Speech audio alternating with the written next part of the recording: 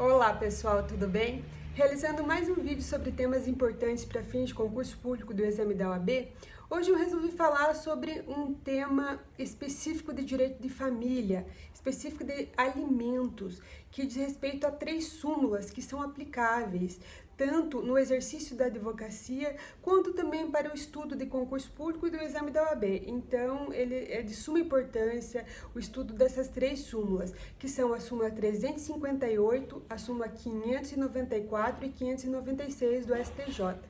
E o que dizem, o que dispõe essas súmulas? A 358 fala que o cancelamento dos alimentos da pessoa que atinge a maioridade civil deve ser realizado por sentença judicial, com o contraditório, com a ampla defesa, com o devido processo legal, mediante essa tríade principiológica que vai dispor o devido processo legal.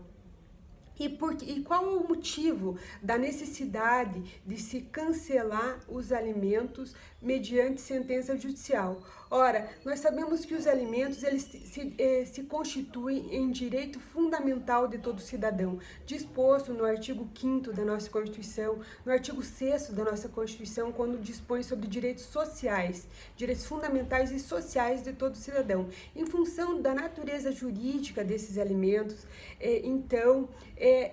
se dispõe sobre a necessidade desse cancelamento por sentença judicial.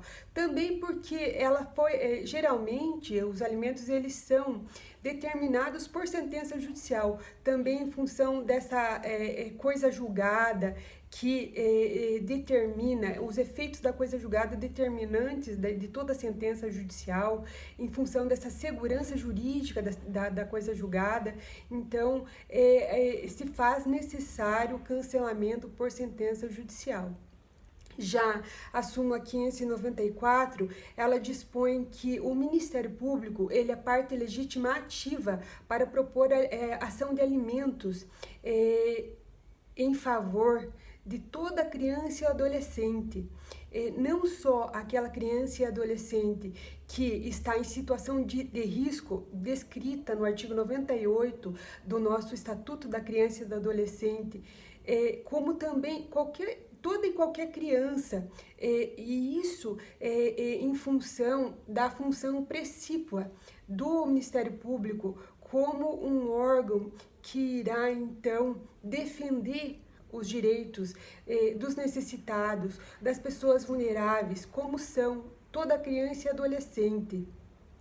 Como dispõe a sua função institucional dentro do artigo 127 e 129 da Constituição, que dispõe que deve-se amparar os direitos e garantias fundamentais de todo cidadão, devem amparar os direitos difusos, coletivos e individuais homogêneos.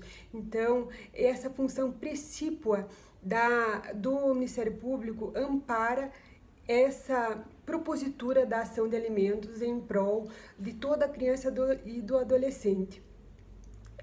Não bastando o poder familiar que detém todo pai e toda mãe em função da criança e do adolescente, mesmo a criança e adolescente tendo um pai e uma mãe detentor de poder familiar, assim mesmo o Ministério Público detém essa legitimidade ativa para a propositura da ação de alimentos em seu favor.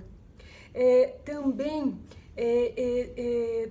se destaca a função da Defensoria Pública nesse quesito da propositura da ação de alimentos.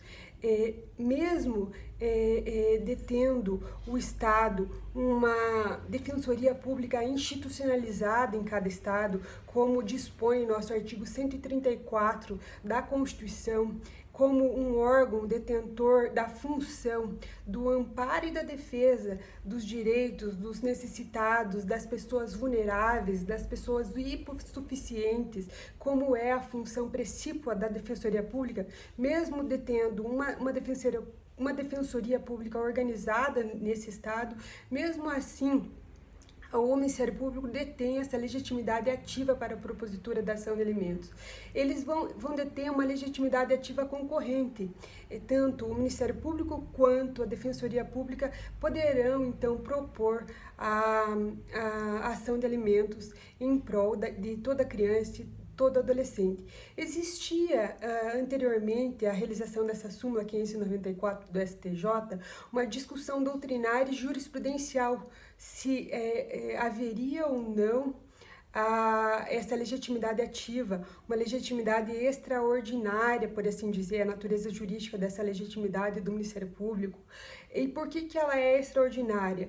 Porque toda criança e adolescente tem esse direito fundamental, esse direito individual homogêneo do direito a alimentos, como um direito social de cada criança e adolescente. Então, em função desse direito individual homogêneo de toda criança e adolescente, o Ministério Público detém essa legitimidade ativa extraordinária. Ele vai funcionar como um órgão detentor da sua função precípua de defender os direitos e garantias fundamentais das pessoas necessitadas, assim como também a Defensoria Pública o detém, e vai então representá-los judicialmente como um verdadeiro órgão com legitimidade ativa extraordinária. Então, assim se criou assim se realizou uma súmula para a defesa dos direitos fundamentais da criança e do adolescente em seu direito de alimentos. Ainda sobre alimentos, nós temos a súmula 596 do STJ, que fala sobre os direitos de alimentos avoengos, ou seja, o dever alimentar dos avós com relação a seus netos, que diz que esses alimentos avoengos, eles têm um dever de alimentos que são subsidiários e complementar à dos pais. Por que se diz isso? Porque nós sabemos que os alimentos, eles decorrem de um poder familiar, que é um direito público subjetivo de todo pai e de toda mãe em relação a seus filhos. E um direito fundamental, como eu já disse anteriormente, um direito social que os pais detêm em relação aos seus filhos. E os alimentos decorrem desse poder familiar. Não obstante esse poder familiar, também existe o direito parental, que é em relação dos parentes para com outros parentes. Então, daí decorre o direito de alimentos avoengos, o dever alimentar avoengo, que é o dever alimentar dos avós em relação aos netos. Não do poder familiar, mas sim do direito parental, ou seja, do direito de parentes. E então, em função disso, que se diz que o dever alimentar dos avós em relação aos netos são subsidiários e são complementar, ou seja, quando o pai, em relação direta do poder familiar, não puder realizar esse dever de alimentos em relação ao seu filho, aí é que se pleiteará em relação aos avós.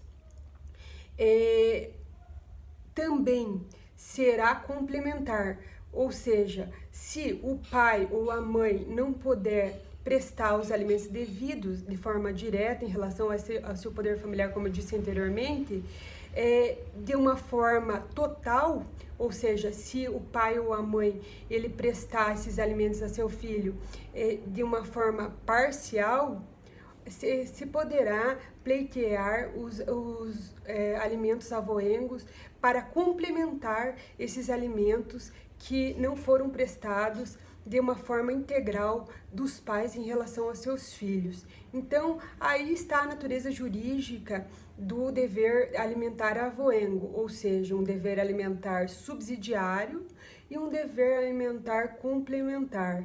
É isso que dispõe a súmula 596. E é essa matéria que eu queria relatar e explanar para vocês, relativo ao direito de família e relativo aos alimentos, que é tão caro de toda a sociedade em função do exercício da advocacia, que é tão importante para o nosso exercício da advocacia e importante também para o conhecimento para fins de prova.